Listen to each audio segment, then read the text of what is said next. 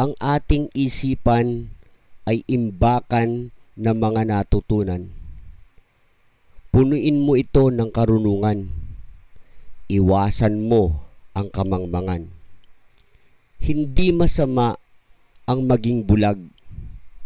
Ang masama ay ang may mga mata, ngunit hindi nakakakita ng katotohanan. Maraming tao ngayon ang sa Diyos ay na-disconnect dahil sa mga social media ay palaging nakakonect. Maraming alam ang mga tao ngayon tungkol sa teknolohiya at social media. Ngunit maraming tao ngayon ang nawalan ng moral, walang alam sa mabuting aral.